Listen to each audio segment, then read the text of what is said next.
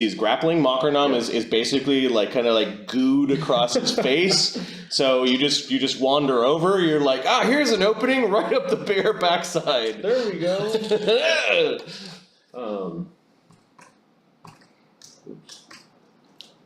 Yeah, grapple. So yeah, Manny definitely hit. This thing's AC right now is 20, and you have a +2 to hit because you're flanking.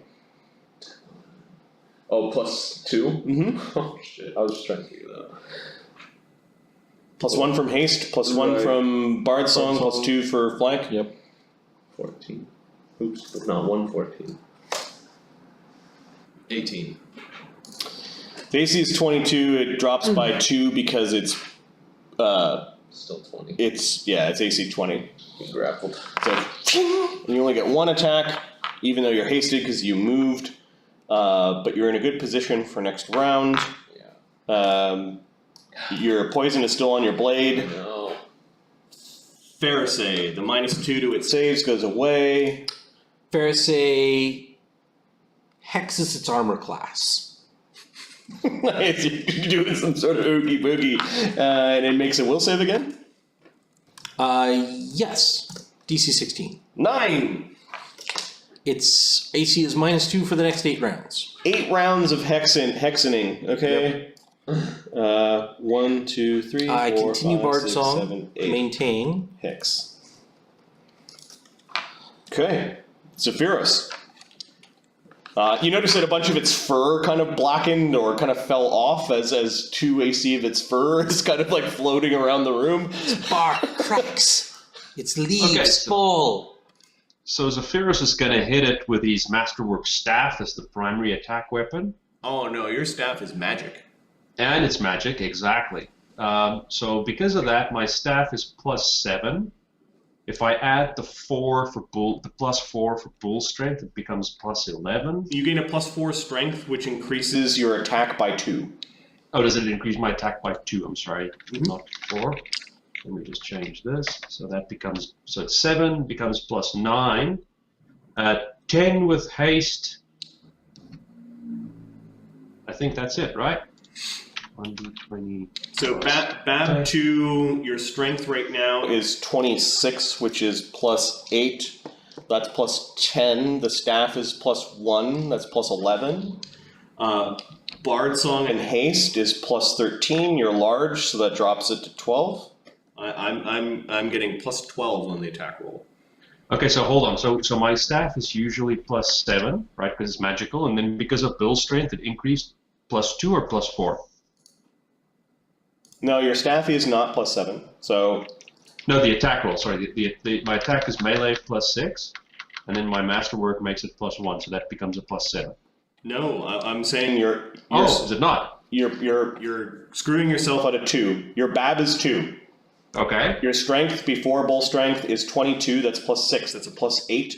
-1 for large size is 7. Okay, so yeah, you're right. +7. Right. 1 more for the magic on the staff. And then the magic on the staff is +1, so that's +8. Right. So that's usually. Yeah, that's okay. Now let's add Bard Song is 1. No. Haste is another 1, 10. And then bull strength is another 2.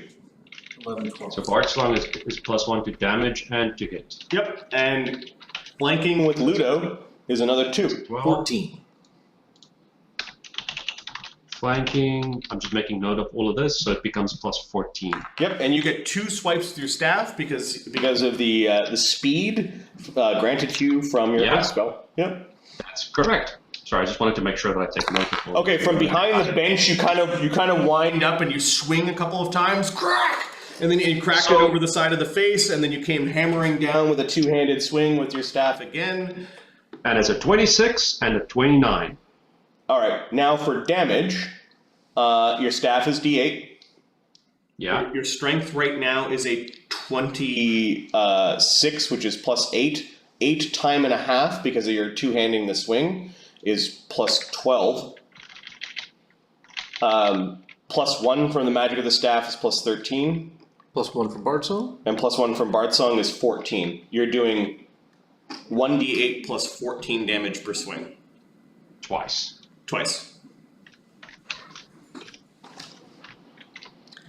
So you kind of wind up like a baseball swing. You hit it over across the side of the face. That Mocronom isn't kind of pulling downwards. You connect solidly the side of the face, and then your staff bounced up into a perfect high guard position, and your staff then crunched down into its face again. And for a total of 39 points of damage from your evoker. Yeah. Yeah. Pretty cool. 9. It's now at 103 damage, and it is now bloodied because of these whacks. Okay. It's making horrible noises. You heard bone-shattering cracks from its head. The top of the 4th round of combat, Professor. No, hold on. I still have 1 extra attack. You have your tusk, which you can jut out into it. Nice. Right. So for my tusk, it is usually a +1, so it becomes +3 because of bull strength. +4 because of haste, +5 because of bard song, +7 because of flanking. Yep.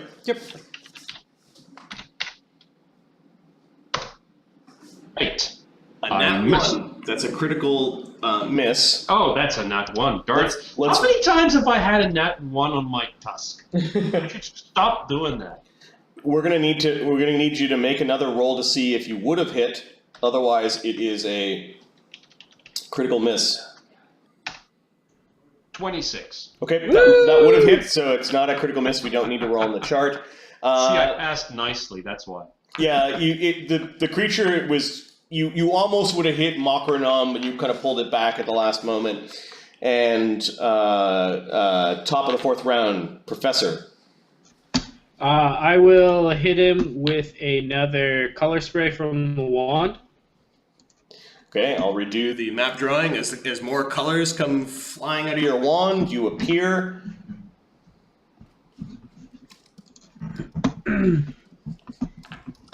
And it needs to make a will save against the color spray. Yep, DC 16. It rolled a 10, gets a +6, 16 right on the nose. Oh, damn it all! The colors subside. I will 5-foot step back, hit him with a magic missile, and then spell recall my silent image. Okay. So 3d4 plus 3, right? Yeah, you're a 5th level caster, so 3 magic missiles go pounding into the side of the dire polar bear for 11 damage. What do your magic missiles look like? Oh, they can be their own thing? Yeah. I will have these ones be some sort of weird amorphous tentacle monsters. Tiny ones. So little tiny spindly tentacle things go flying out of your hands and burst into sort of like a force-like effect. It's the first time I've cast a magic missile in all of D&D, guys. Right there. That was it. Nice. Tek Cyrax Gigatt. A whirlwind of blades. A hasted monster is now chewing apart the bear. 5 sword attacks and a bite. Yes. Normally +10, +4 more for flanking, haste, and bard song. Jesus. Here are the 5. I gotta see this. All right. Hit. 20, Hit. 29, Hit. 28, 33, Critical threat. and 21. Oh my god! Let's confirm the critical. Yep. Critical 32. hit. He did want to hunt Excellent. this guy. Yep. Okay. So 1, 2, 3, 4. Were all 5 hits? Yes. All 5 are hits, and one of them is a crit. Let's do 4 normal damage. Actually, let's roll for the crit first, shall we? Yep. 1d100. 11. That's in the normal crit range, if I'm not mistaken. It's not amazing. There's nothing particularly amazing about it. 11 is reduced crit with a major condition for 1 round. Oh, okay. The DC on the confirmation roll was 32, so it could ignore that condition based off of a saving throw. Okay. Oops.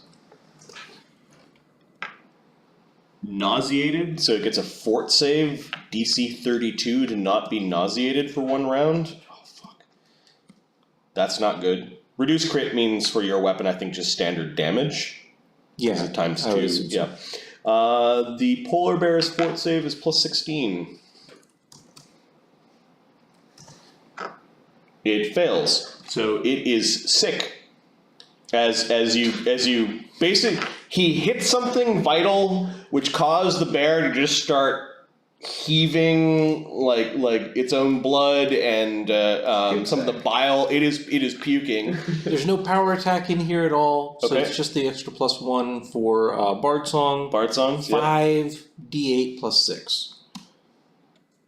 So we've got 7, 8, 8, 13, 8. So 15, 23, 36, 44. 44 damage total.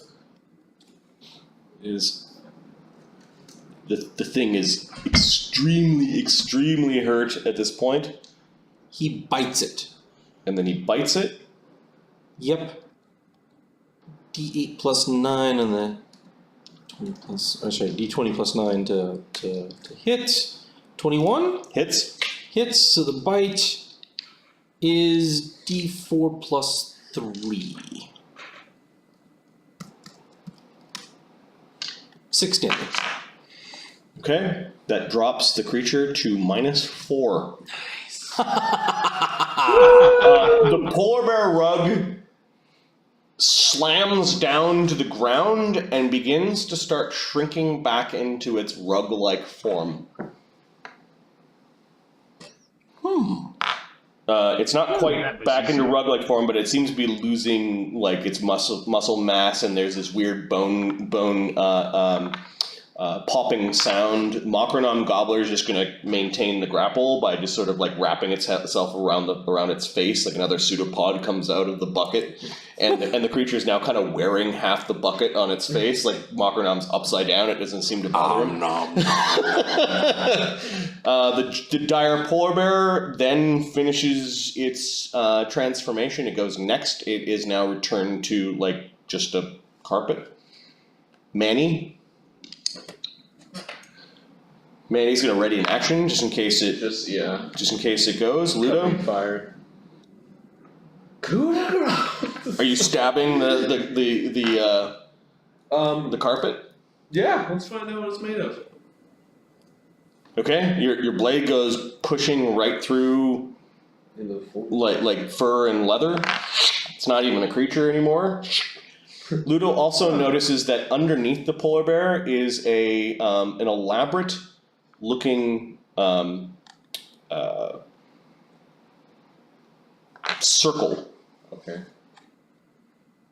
It's like We mandible identified- sized. Well, large. look at that. I kind of We flip over. identified with detect secret doors that there was a secret door there. This is a portal. A secret portal. Oh. Looks like one. And I'm going to draw this on the background layer. Do you know what's on the other side of the portal, Vladimir? It says from underneath the bed. I bet you do.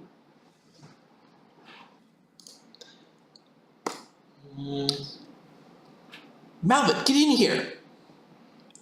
Right, the portal's still open. Malbit's like looking, and he.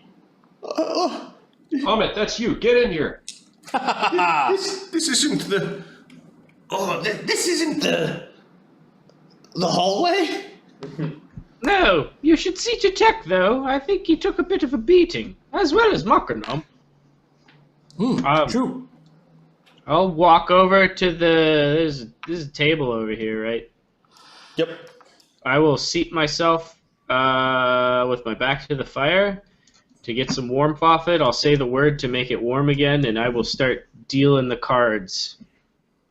Okay. Tek Cyrax Gigatt, we won. Yes, I we will did, say- Tek. I'll say in Thrycreen, glory to the queen. Good job, Tek. Thanks, Amit. Thanks. Have a good one. Hard to know if it will come back, though. See ya. Yes, we should probably study that rug, see if we could learn whatever word triggers it back into rug form. Surely there must be some way to control it. But first, Shall we? I'll Keep an eye on the gesture rug, at the Tek. cards. Malbuk's just sort of like hesitating near the doorway. He seems startled when the door closes and the portal disappears. Basically, he's looking around at some of the bottles. He seems really worried about being here. Manny comes wandering over. Zephyros turns to him and says, "Do not be worried. We have the key."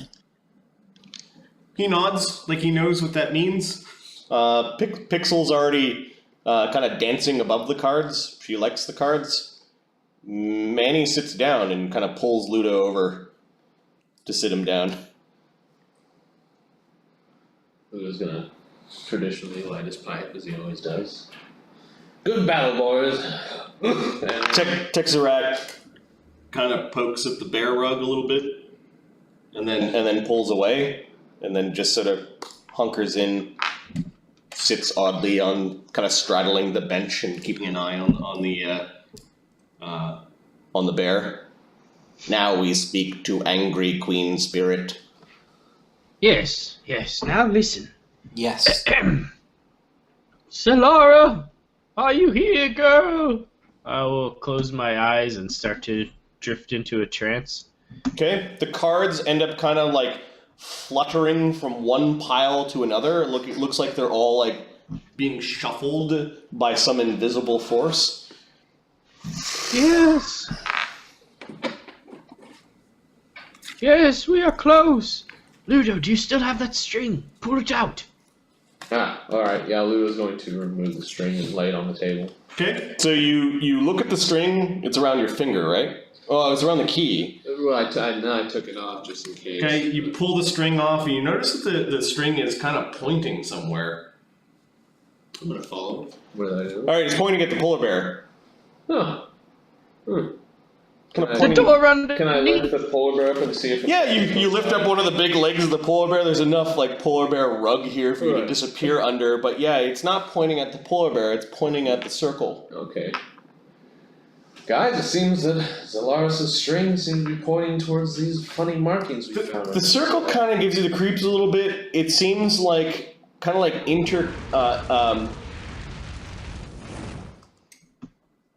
Who dat? Big Danoid, thanks for the follow. Welcome to the channel. Let us know if you have any questions. We get follow? Woo! Yeah. Welcome. The concentric circles, one inside the another. Right. But it sort of looks like every once in a while, like the symbols sort of move. The outer circle in a Widdershins motion, the more inner circle kind of in a clockwise motion, and then the really small one in the center, kind of in a Widdershins. Like it's obviously magical, Right. and it is covered up by the rump of the polar bear. Seems a bit suspicious, don't you guys think? Not that this place is non-suspicious in any way, but Yes. Tell us. this must get us somewhere. Word, Zellara. What is the word to unlock the portal? We know of the keys, don't we, Zephyros? I am looking at my notes to determine. I am not It's- sure. It's a ritual. Professor. It was A you, ritual. Professor. A word. We need a word, Zellara. We know a sacrifice and a teleportation spell, but what word? Zellara's actual like image sort of flickers like she's the one shuffling the cards, and she's sitting at the table with you. It's in the runes, the word. Token library. Let's see if we can find Zellara here. Last I saw her, she was up in the attic of the Pearl. Yes. Or the cactus. Yeah, the Pearl. What was the name of the cantina? Pearl? Cactus? There's Zellara. Zellara actually manifests at the table. Each of you realize that you've had a dream about this already, where Zellara has shown you, and will now show you in its complete form, your past lives. Ah. Except for Fereosae, each of you, your fleshy bodies are simply a container for souls that have lived before.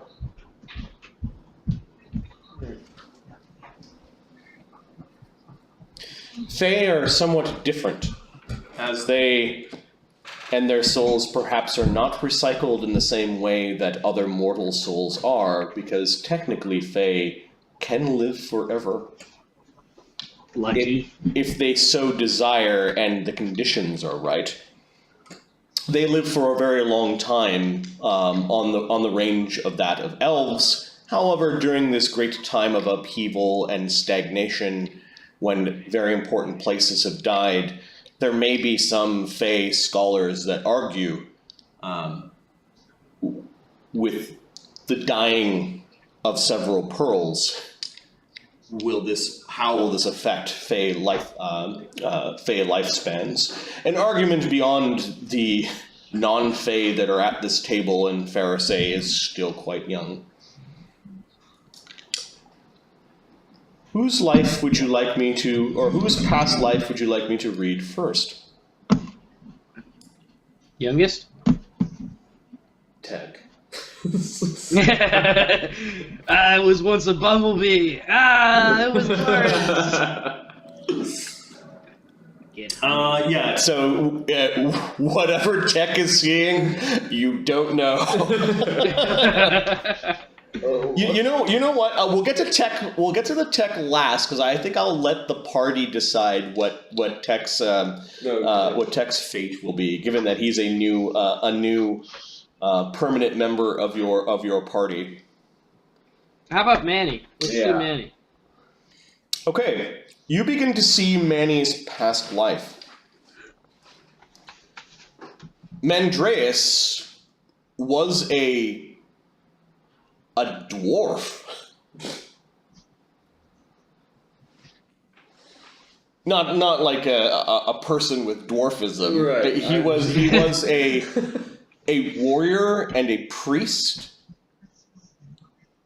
And you see him running into battle and casting spells and praying. Every time that you see what in particular he was praying to, it seems to be muted. Almost like it's a blank slate for Manny to decide which god he will worship or does worship. There's something remarkable about the priest. He seemed to live a very devout and kind of energetic life for a dwarf. He wasn't a crafter. He definitely was on the edge of some great battles. You know that he fought some dark thing that he quested against. And that ultimately it was in this quest that he met his demise, perhaps prematurely. Many and you now know the name of Mandreas's past life, and it was Hrothgar Ironslade was the name of the priest.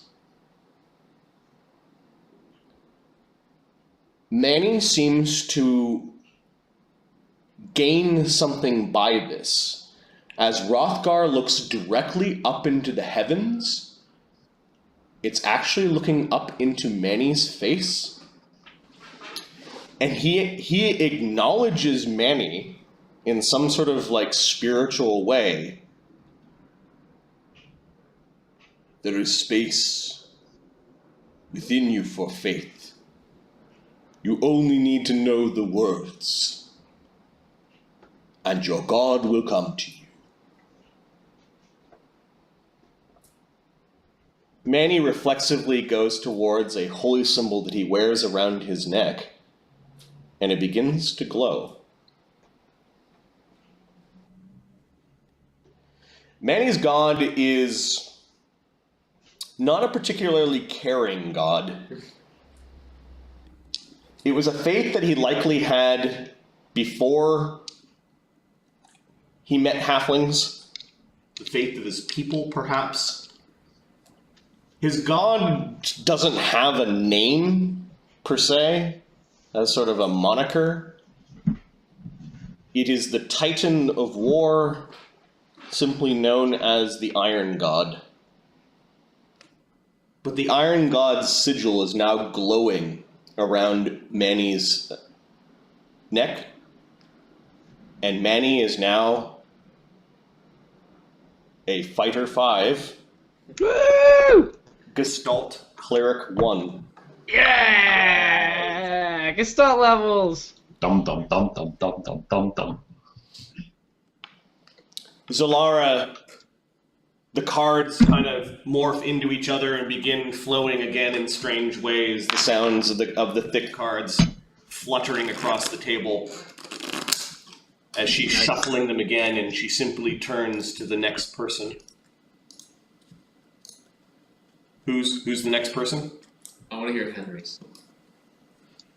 The professor? Yeah.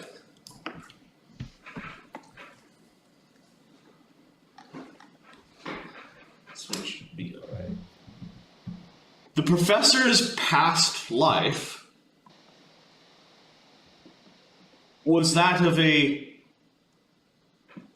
wrinkly-faced, glimmering-eyed, false-smiled gnome, illusionist, entertainer, and fraudster. Yeah! Scams! Monster. You see him entertaining before crowds, conjuring illusions to steal from people. And sort of a flash of a bunch of gambits that he got away with at the expense of others. In the end, Pansilver the Illuminous was captured by some agents of the law Uh-oh. and hung Nice. Classic. by a lynch mob waving pitchforks and torches. Grizzly. While he got the noose around his neck, he looks up at the sky and perhaps sees the vessel for his soul. The vessel being the fleshy body of Professor Henry Sinclair Chalmers III. Supple, nubile old man. Don't forget my tricks, he says. Don't forget that seeing is believing. And belief is all.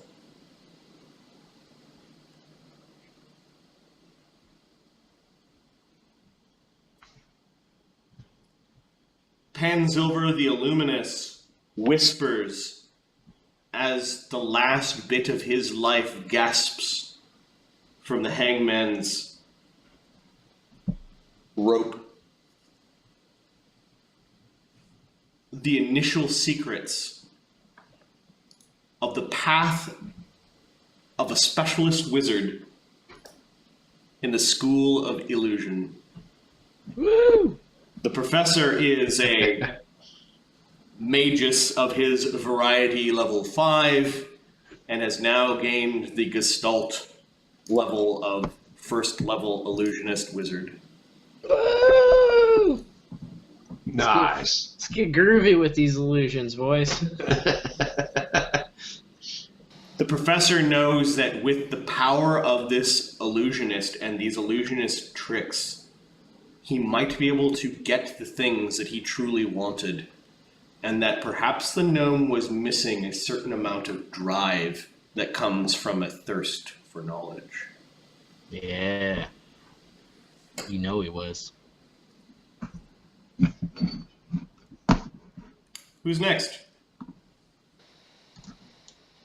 Yeah, Zephyros will go.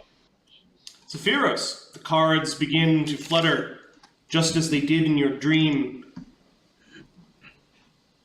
And Zephyros begins to see a noble Rakasta. This is a Surecasta Rakasta. Picture a tiger man, if you will.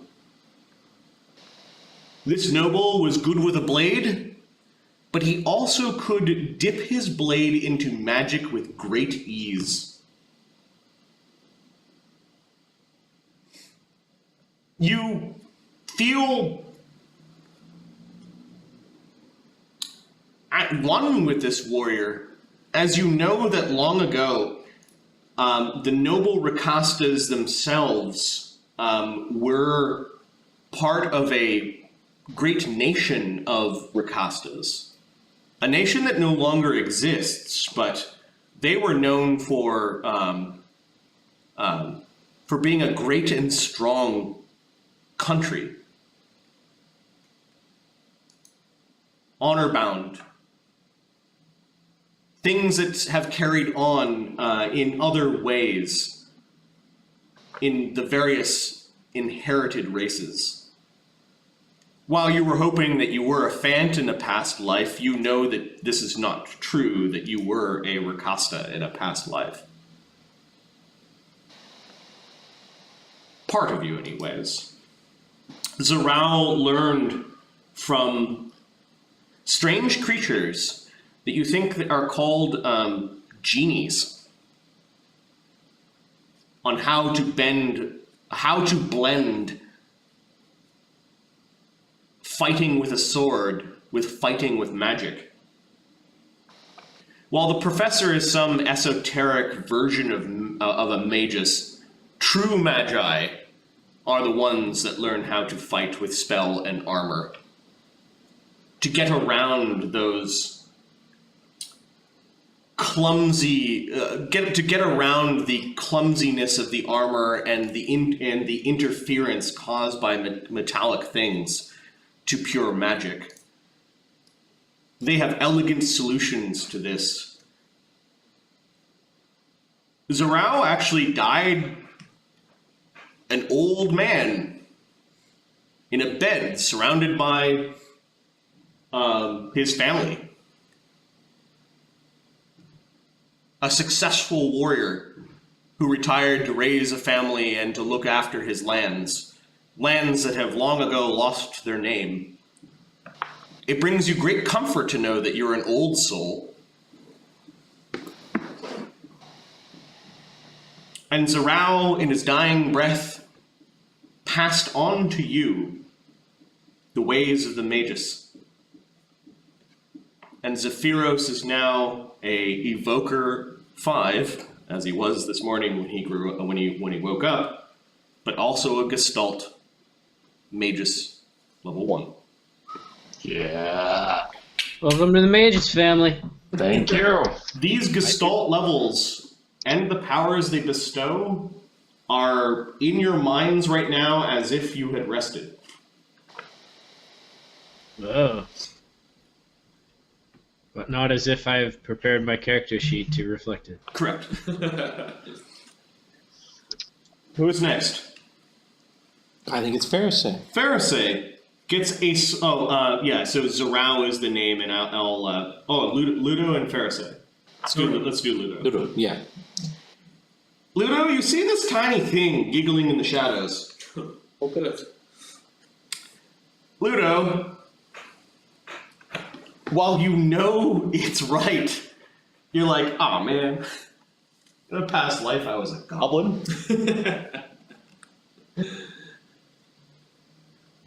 He was a crooked and twisted little thing.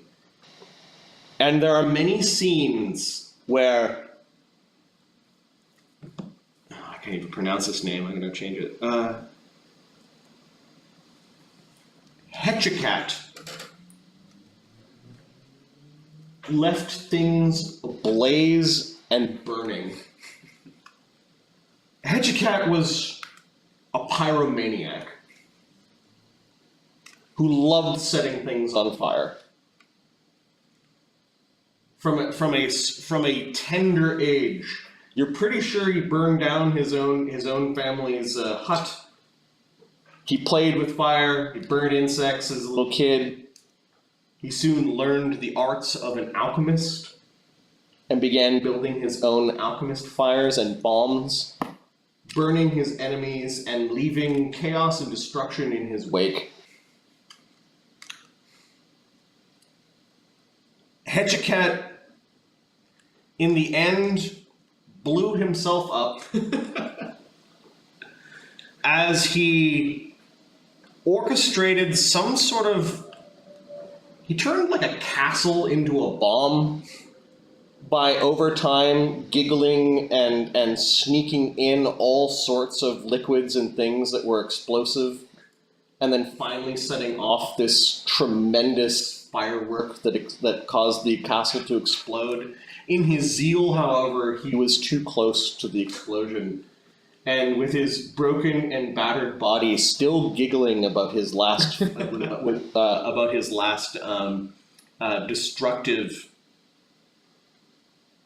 gag, if you will, he whispers to his future incarnation through the cards and Zellara, who is a spirit and dwells in the realm of the dead, the secrets of alchemy.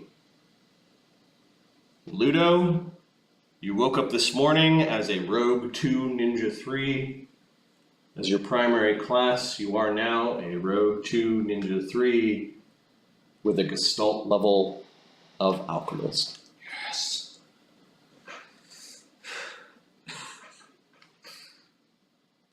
Fereosae, you're effectively immortal, or at least very long-lived, and Zellara's vision shows you as you are. But by tapping into the spirits of the Fae, the ones that have dwindled from the world and that simply disappear from mortal concerns but may still be out there, perhaps it's the 1001 Fae gods, or the nature spirits that Fae may turn into. But they whisper to you that you can be much more. There is the Fereosae as you are now, you as you are. And then there is the Fereosae, you as you will be. And the you as you will be shows you a path to realizing your dream to become the ultimate witch and bard, and not sacrificing the study of one over another.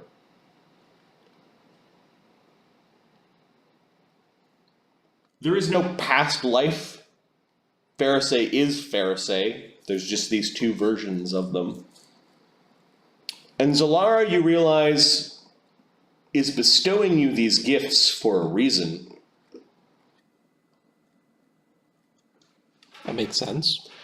The reason goes deeper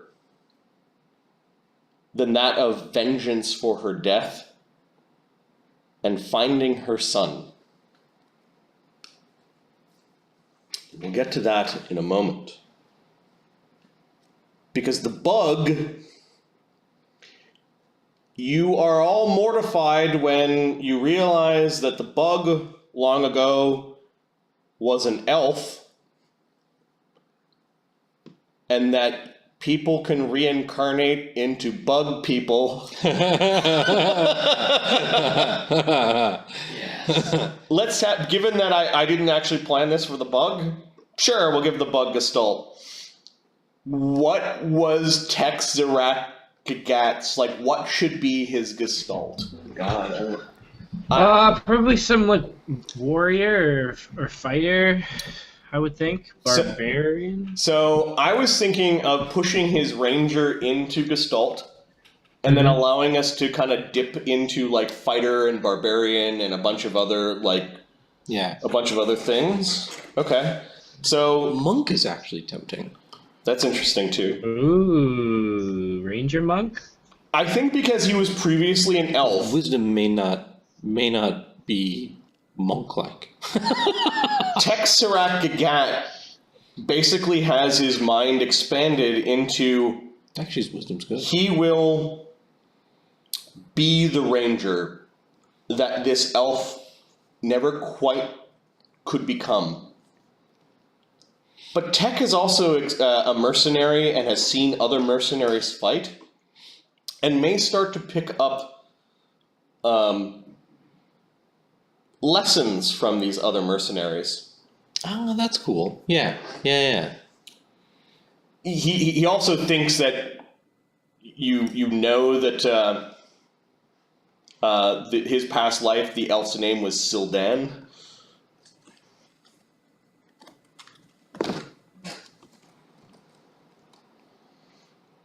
Past life was an elf.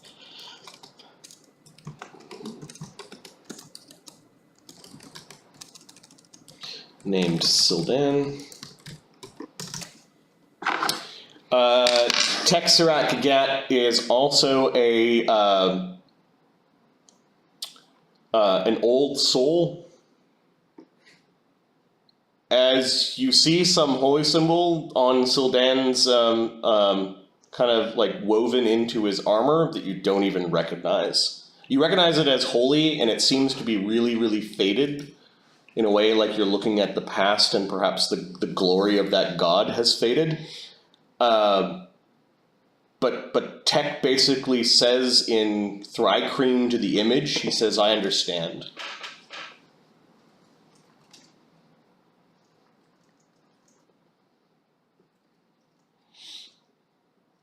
Sildan whispers to Tek that he can be much more, I guess, than learn from others is basically what the lesson is, as he will push his ranger into his gestalt and then be a first level something warrior-y. I'm hearing fighter. I think fighter's good. Fighter would be good. Monk might be interesting. Never really played one, so I don't know. The only thing with monk that's concerning me is what Matt was saying, that he's. I checked his wisdom. He's got a +3 modifier on wisdom. Yeah, as a ranger, he'd probably have decent wisdom for casting. Monk would force him to. You can't flurry and multi-weapon fight in the same thing, so you do one or the other. Yeah, he'd be multi-weapon fighting mostly, I think. Flurry is essentially flurry is basically you get fighter level. You work your way up to essentially fighter level babs and attacks. Yeah, I feel like with fighter, he can get some good, just straight combat feats to really just shine. Fighter's a really good one. Especially Barbarian, maybe. A couple of us barbarian gets him fast movement, which is nice. And uncanny dodge where you can't get flanked. Yeah. So I think barbarian. I think he's going to go first of all barbarian. Like there is not like new rage inside of Tek. As this ranger may have also dipped into barbarian. So he is now a Thri-Kreen 1 ranger 4.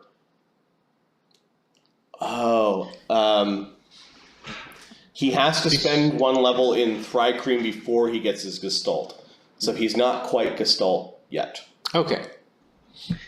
It will be strange for the Is it 2 levels of emotionless Thri-Kreen insect. is kind of the cap on Thri-Kreen units? No, 1. It costs 1 level to be a Thri-Kreen. Okay. So he's first level Gestalt, but he has to spend it towards Thri-Kreen, and he's Barbarian 0, basically. So he will be a Barbarian when he's 2nd level Gestalt. Okay.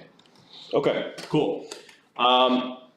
Zellara is underneath her anger, underneath her pain for the loss of her son, and underneath her quest for vengeance against Gedrin, or something else that egged Gedrin on. There is a deeper concern underneath. And you catch glimpses of this. She very rarely has spoken directly to you, but on this particular occasion she does. I've only been in the spirit world for a short time. But something here and something in the world threatens us all.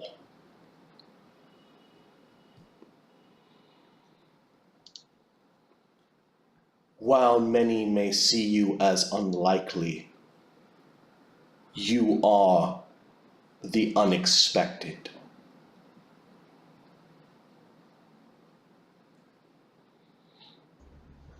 What is it, Zellara? Tell us what we must do.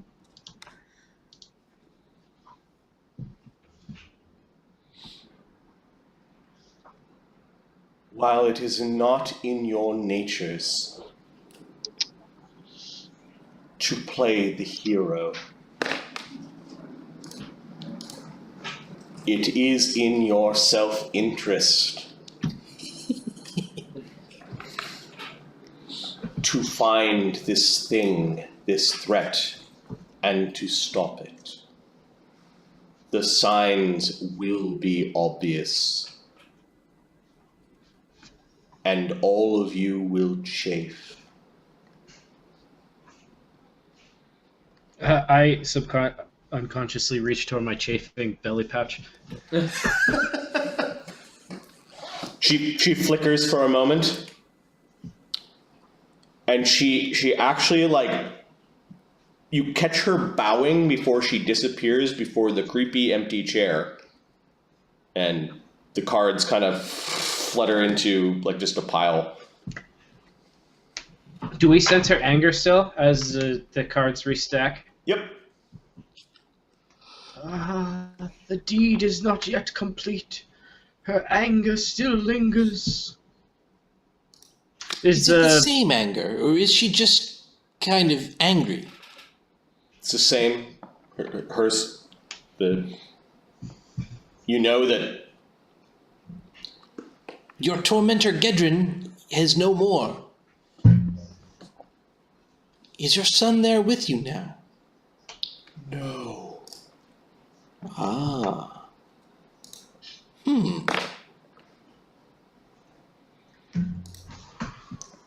If we follow the string, will it lead us to him? The string is pointing at the circle, but apparently your power to say anything more dwindles and is gone. Oh, damn the luck of it! We were so close that time, I felt it! What do you mean she'll chafe? Like we'll get itchy? I don't think it will quite be that. The world is dying. And Her world is dying. No, well, everyone's. If we want to escape and be free, we're going to have to get out of this dying land. Oh, stop what's killing it, I suppose. Oh, bother. And I had plans. All right. We have Well, to go through winter before it can arrive at spring. it seems whatever it is, we need to discover the secret word to unlock that door under the rug over there. We do not need a secret word. We only need to have the teleportation spell and sacrifice his life. Oh, and the word as well. It's a short ritual, really, quite simple. A word, a sacrifice, and a spell, and zip, zap, zop, we're in business. I do not recall the word, but I will take your word on it, Professor. I don't believe we ever learned it. It's discoverable, though. If we pay attention to the runes on the floor, you'll be able to tease it out, I think. But first, we should probably learn how to settle that bear back down if it wakes back up. We do know that it is a door to Hades, though. Oh, something quite unpleasant. There's quite the chamber on the other side of the fire. I'll walk over to the rug and study it. Okay. I think you guys have leveled up since, so you can try to identify this thing again.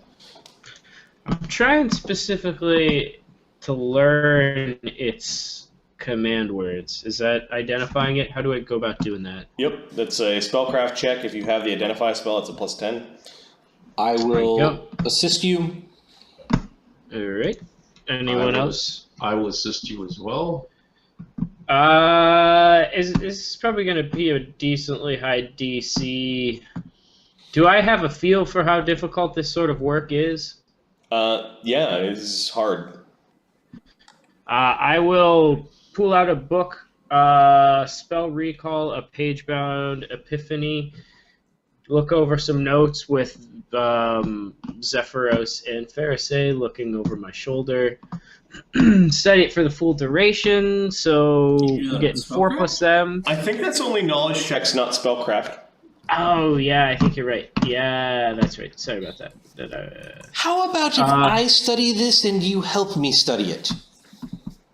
Oh, This is witchy magic, I think. Yeah, the DC is 15 plus the caster level of the item to identify the properties. well, I suppose if you feel you've got a knack for it. I'll auto-aid. Oh, hey, buddy. It's made out of leather and bone and teeth. Are we Enchanted looking in for a highest? place with a cauldron? Yes, I think this is my people's work. No, capital then. Well, Okay, the Got DC is 28. You've got my +2. you got my +2 as well. You have my +2. 1d20 plus 13 plus 4. DC 28. 31! Uh, You were right. It is your people's thing. yeah, after some time, the bear will repair itself, It will heal itself.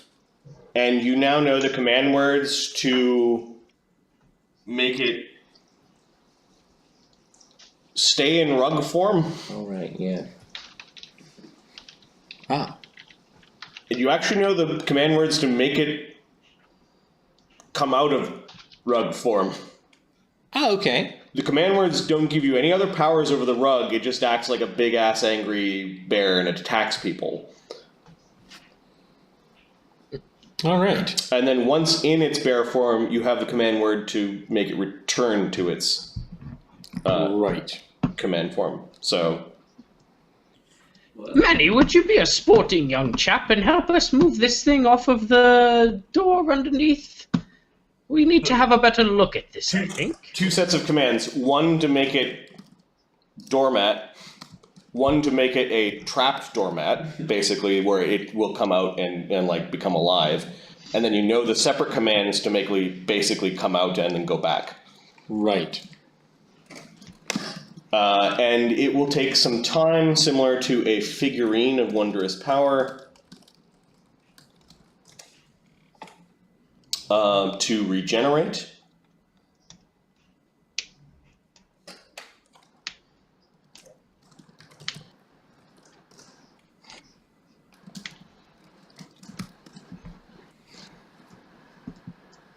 All right.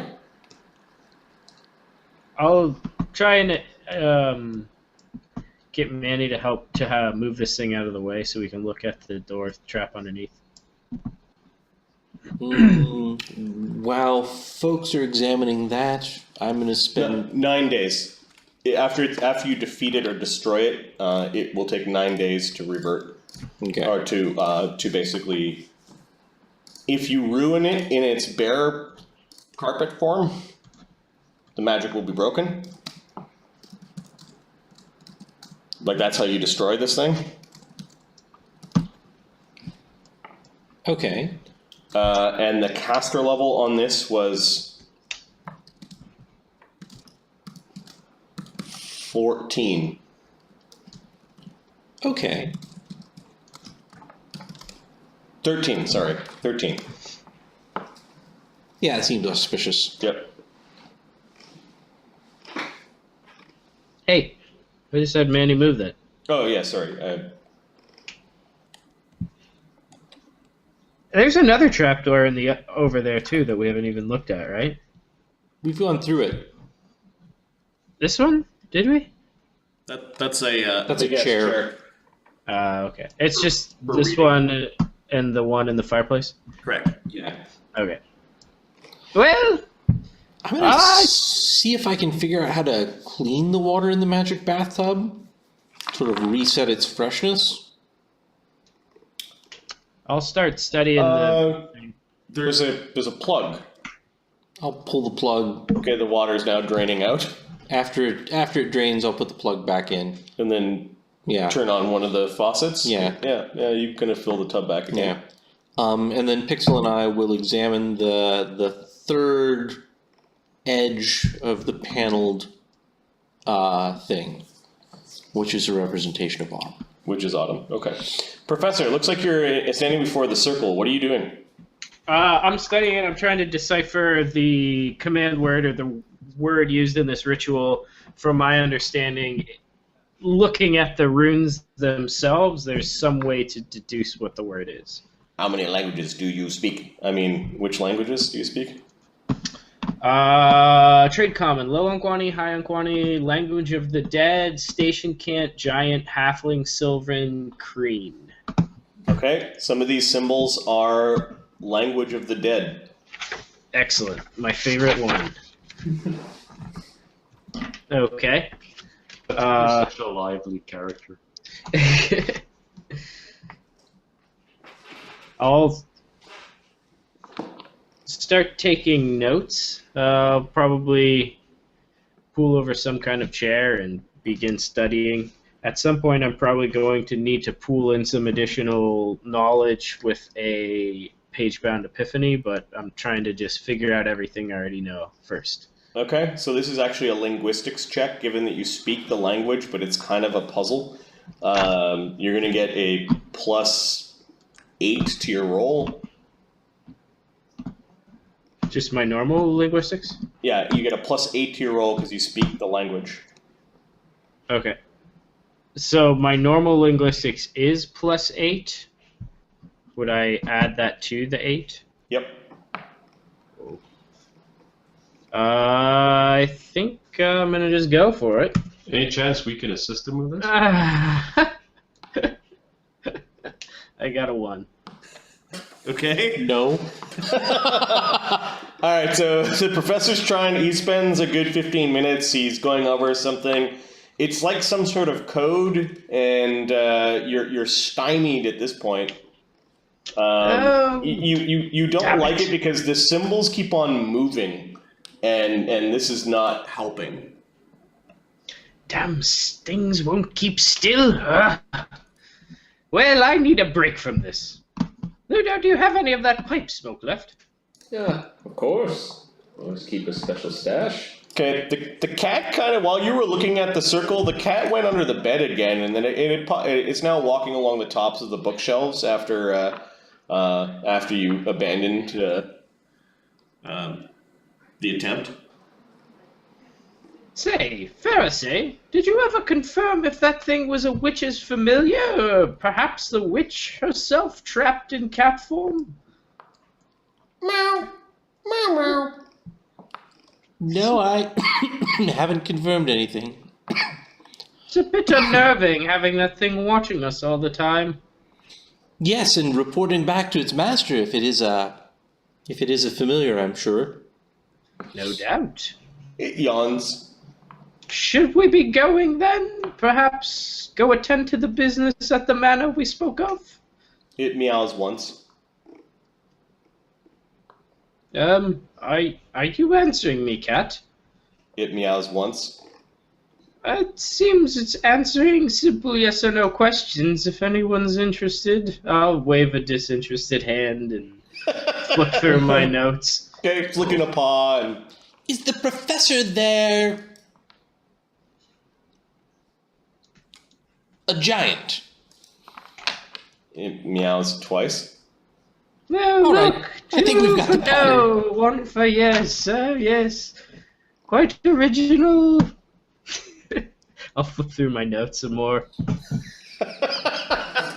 Professor's such a dick. I have to say, Professor, you come across a cat that can answer yes or no, and you worry about originality. Yes, yeah, bear rugs, cats that speak simple questions. It's all quite amusing, I'm sure. Just like professors with notebooks, I'm sure. Yes, notebooks, lots to study, of course, of course.